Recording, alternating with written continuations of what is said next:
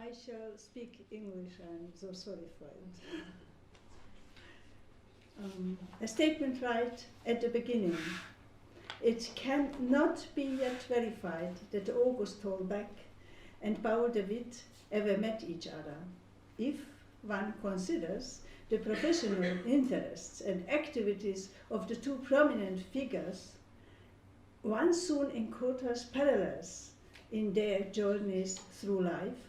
They were contemporaries. They shaped the early years of the early music movement, and they are considered pioneers in this field, where Tolbecque made contacts and enjoyed recognition in the Francophone area and de Witt in the German-speaking area. This presentation focuses on the beginnings of a period when the search of seek out the sonority and instruments of earlier times began. I represent you some of the key players in Germany, and the most prominent among them, Paul de Witt of Leipzig.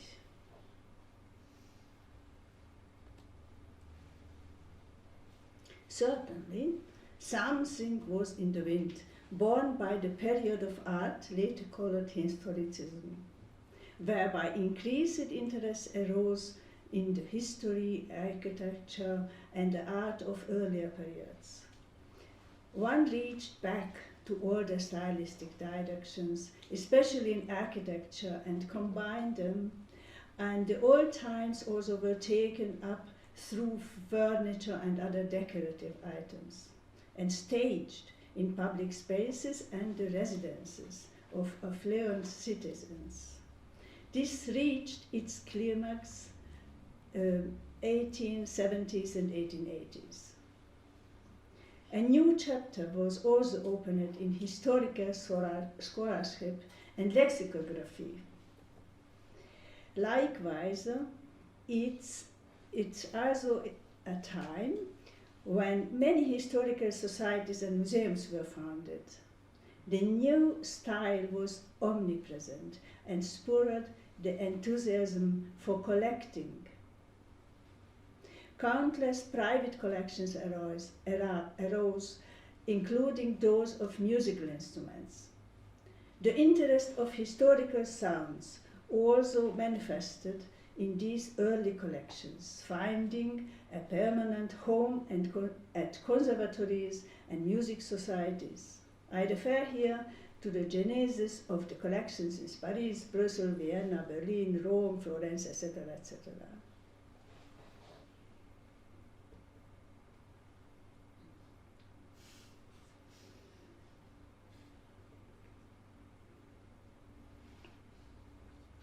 Like Fétis in Belgium and France, Felix Mendelssohn Bartholdy represents the incipient considerations of musical legacy in German-speaking countries. The revival of the Saint Matthew Passion in Johann Sebastian Bach is considered a milestone. The special concert took place on March 1829 with the Berlin Choir Society and brought back Bach into the public consciousness as a composer. However, the people of Leipzig hardly devoted themselves to historic performance practice, but rather to science. Scholars such as cantor of St. Thomas, Moritz Hauptmann, and the organist of the St. Nicholas Church, Karl Ferdinand Becker, collected old sources and also performed them. In 1850, the interest in early music acquired its first institutional form when Hauptmann, Becker, and others, and also the composer Robert Schumann and the music publishing house Breitkopf and Härtel founded the Bach Society.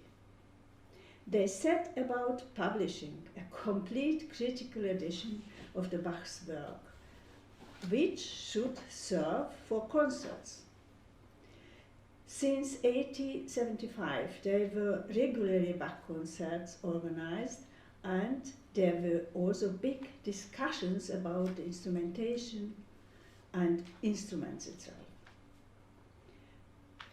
At the University of Leipzig as well, an interest in early music and historic instruments was awakened, and the persons entrusted with the theory and practice of music, Oskar Paul, lectured in the 1860s and 70s on music of antiquity and the Middle Ages, as well as on the forms of modern musical arts, and published a book on the history of piano.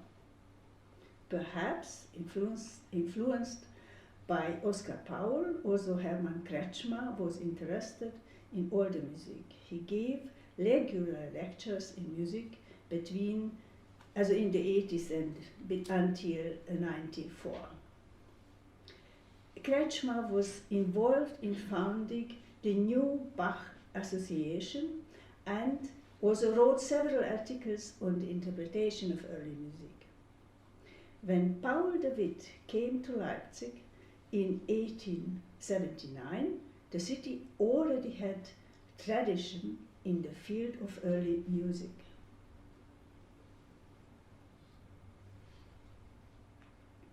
Paul de Witt, as a son of wealthy parents in Maastricht, enjoyed a good and musically grounded education. He was actually supposed to follow a career path as a merchant. So, at first he undertook a management of a wine shop in Aachen. 7 years later, in July 1879, he arrived in Leipzig to devote himself completely to his passion of music and historical musical instruments. The city was at that time highly renowned for its musical institutions and also arisen as an important center of musical instrument making and trading. At first, working for the Neue Zeitschrift für Musik, de Witt lived with his finger on the pulse of events and could observe also the developments in the musical instrument trade, which at just this time was experiencing an extraordinary golden age in Saxony. He soon discovered a special field of activity for himself and, together with Oskar Lafert, founded 1880 the Journal of Instrument Building, which became soon as the most important trade journal for musical instruments and makers and dealers.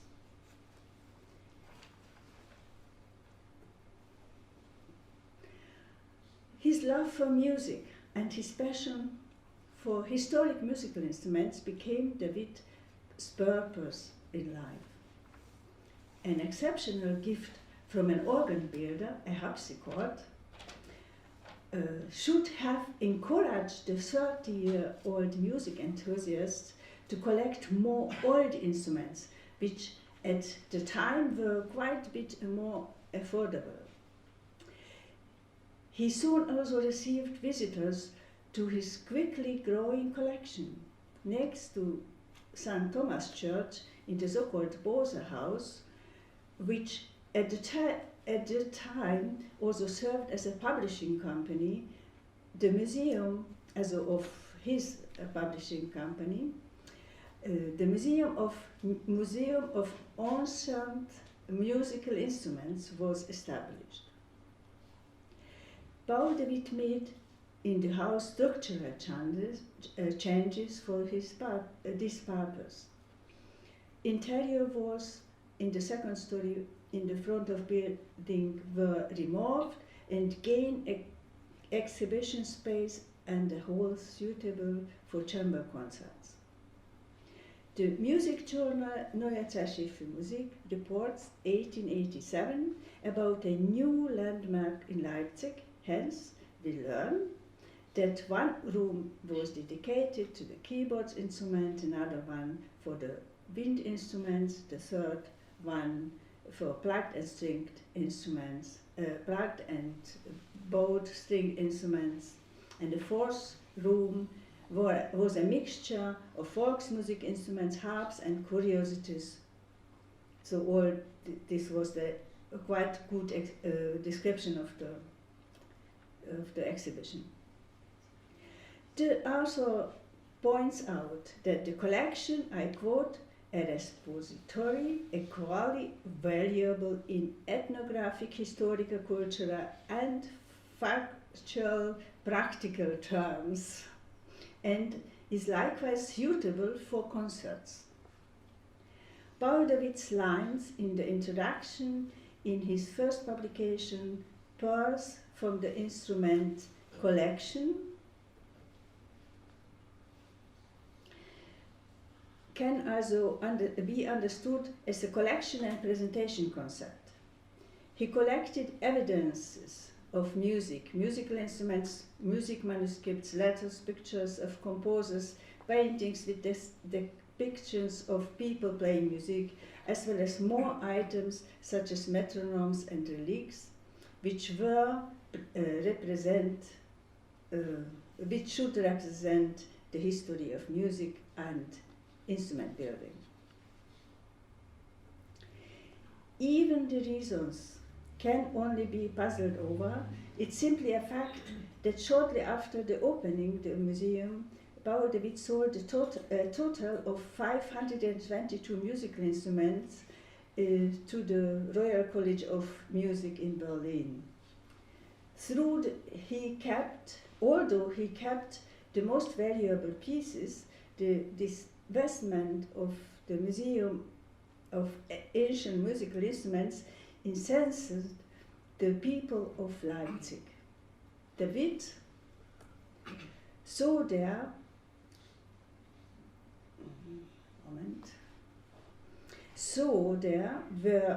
there were numerous old musical instruments on the market, and he was confident that he would soon have a new collection, as he received, I quote, an offers from churches and palaces, from monasteries and workshops.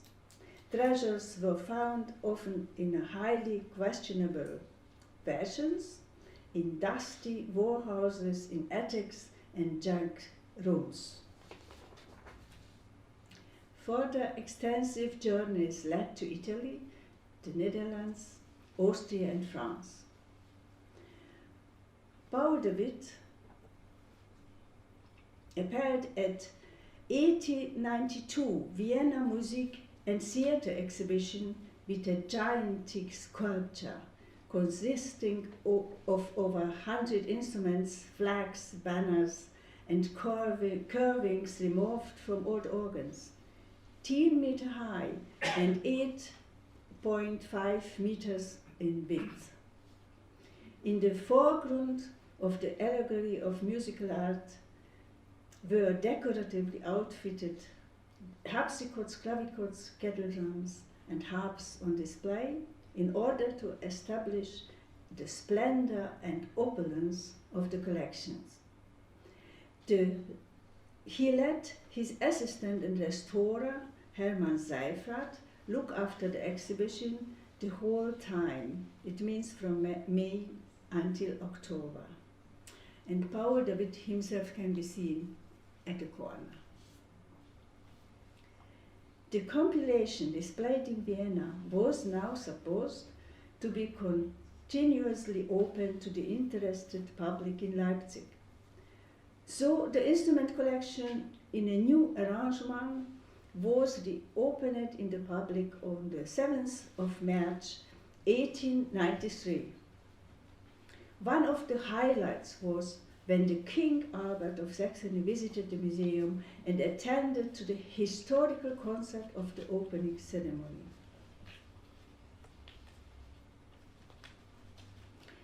It was particularly important concern of Paul de Witt to show the old instruments in well-maintained condition. Before exhibiting, de Witt had a musical instrument examined by specialists who handled the smaller necessary jobs, such as cleaning or replacing strings. Also, damage was repaired, blemishes fixed, organ provided, in some cases, a new coat of paint, etc. And also compilations came into being. Besides the external appearance of the historic musical instruments, their sound was especially important to Paul de Witt in order to be able to investigate the music of, I quote, our forefathers.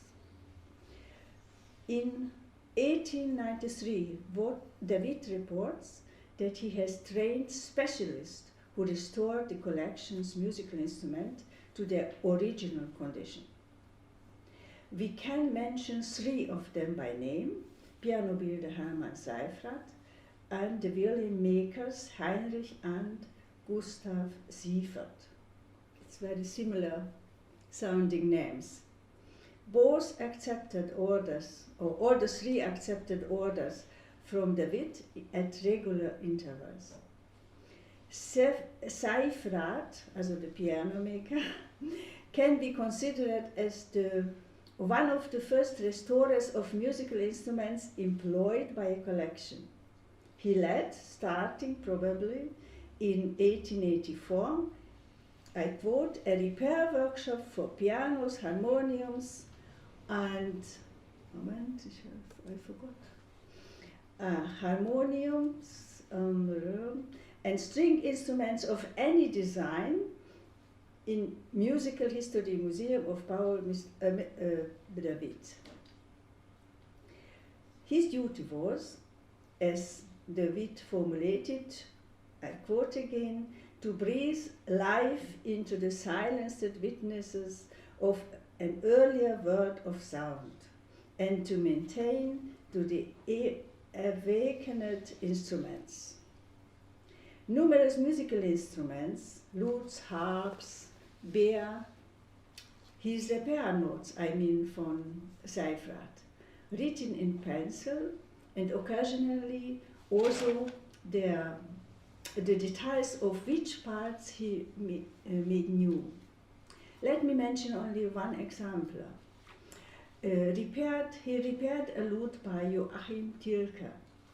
His note can be read in the lute, neck, top, and back box, newly made by Hermann Seyfried, 1897. For the reconstruction of the back box, Seyfried took a lute from the de Witt collection as a model, the lute by Thomas Edlinger in Prague. 1721, it means the lute was later made than the Tilke one. Seyfried also worked for foreign collections. Thus he came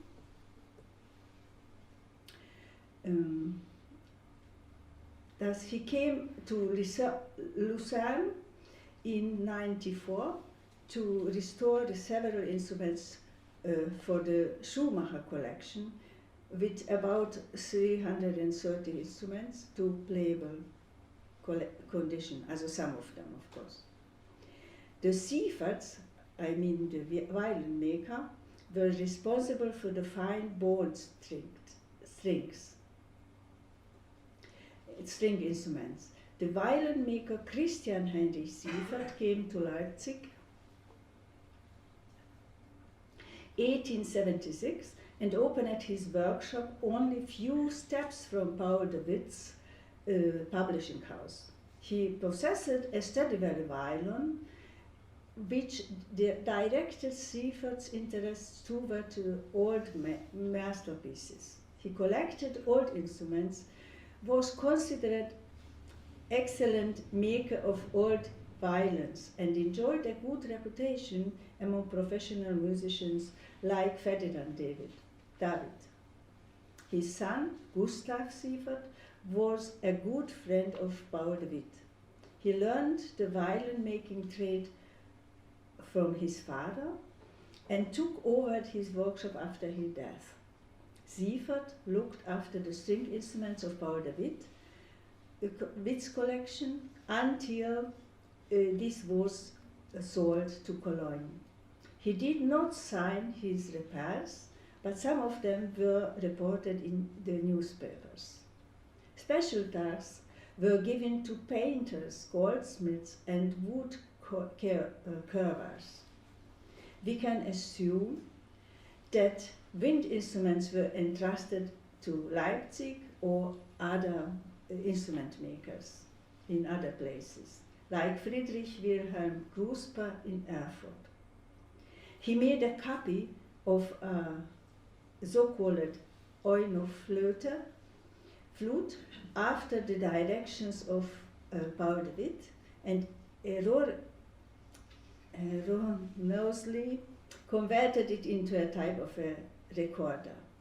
A regal, actually a compilation of parts of different instruments, was also repaired by another organ maker, and maybe for this purpose to be sold to Paul de Witt.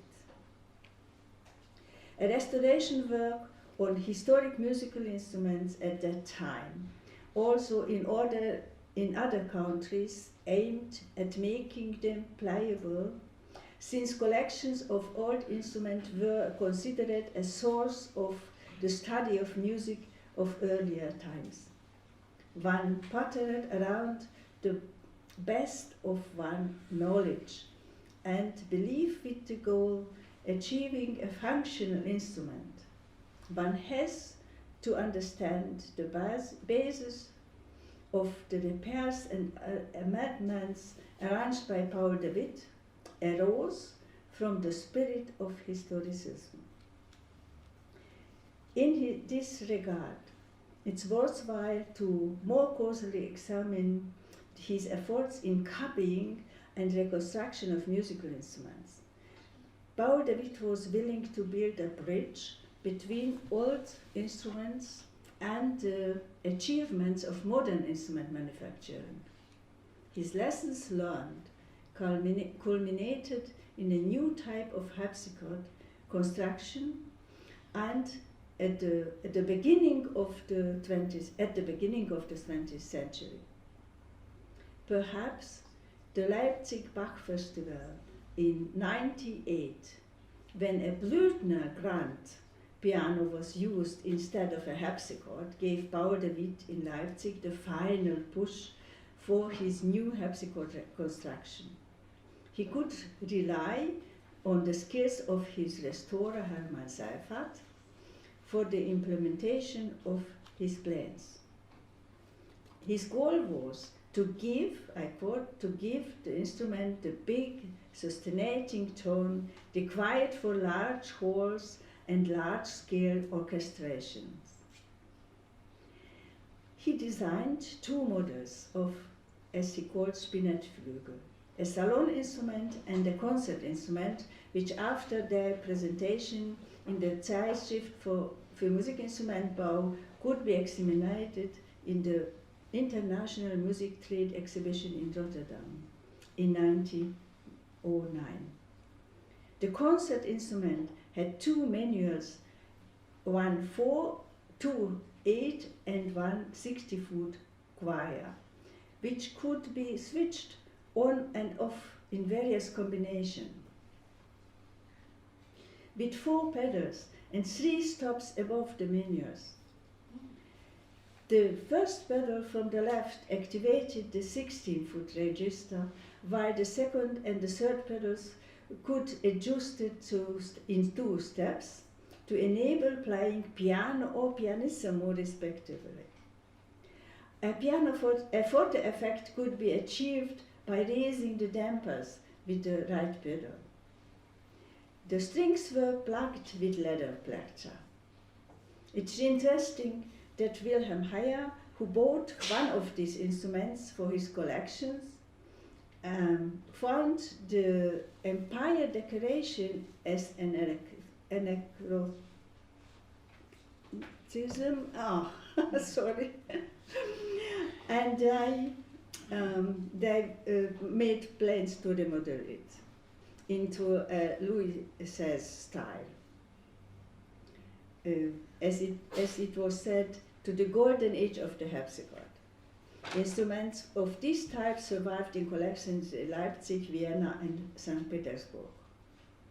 By the end of the 19th century, copies are so-called reconstructions of historical instruments had been made in many countries, like England, France, Italy, Germany, and so on and so on.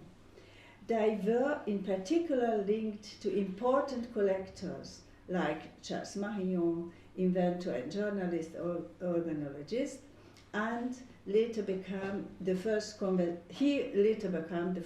conservateur at the Musical Instrument Museum in Brussels, and who had good contacts to Paul de Witt. One should mention Arnold Dolmetsch in London and so on, but we discussed it already. More than 100 years later, the early days of musical instrument restoration and alterations being made at the time to originals, as well as to the beginning of construction of copies for concert purposes, are an exciting research topic for organologists. They document the late 19th century knowledge and understanding of restoration concepts, the interpretation of early music and its instrument. Concerts and demonstrations. The exhibited instruments of Paul de Witt's collections were regularly performed on tours and concerts. He not only collected early instruments for nearly 30 years, but also played them and encouraged other people to do so. There are photographs of him playing the moment. Yeah. Then I conclude. So, yeah, it's a big material. So I will just show him as he gives several concerts in Germany and also abroad, playing instruments. And we have also programs, but a very good one from this opening for the new museum. So we know what was played and how it was played. And I wanted to show you this photograph, and you would say, oh, it's an old historical concert, but no, it is not a real concert. It is just a family photo of the friends of Paul de Witt. It was taken in the garden, as you can say, but the instruments are from the collections, really. But one has to know who these people were. Seifert was his restorer, Gisela was his father-in-law, Paul de Witt, you can see Paul de Witt, and Pinkau was his photographer for the collection. So this is a family photography. I think one has to consider that to make a photograph at that time, it took 10 minutes. So it's not possible, and they needed a lot of light. So it was not possible to make just a concert. And he was an important publisher. I mentioned already one of some of them, but Zeitschrift für Instrumentenbau. His pearls, very nice, in color. Geigenzettel, also these signatures for violins, and the very well-known books of addresses of instrument maker. It's very important sources. Thank you for your attention.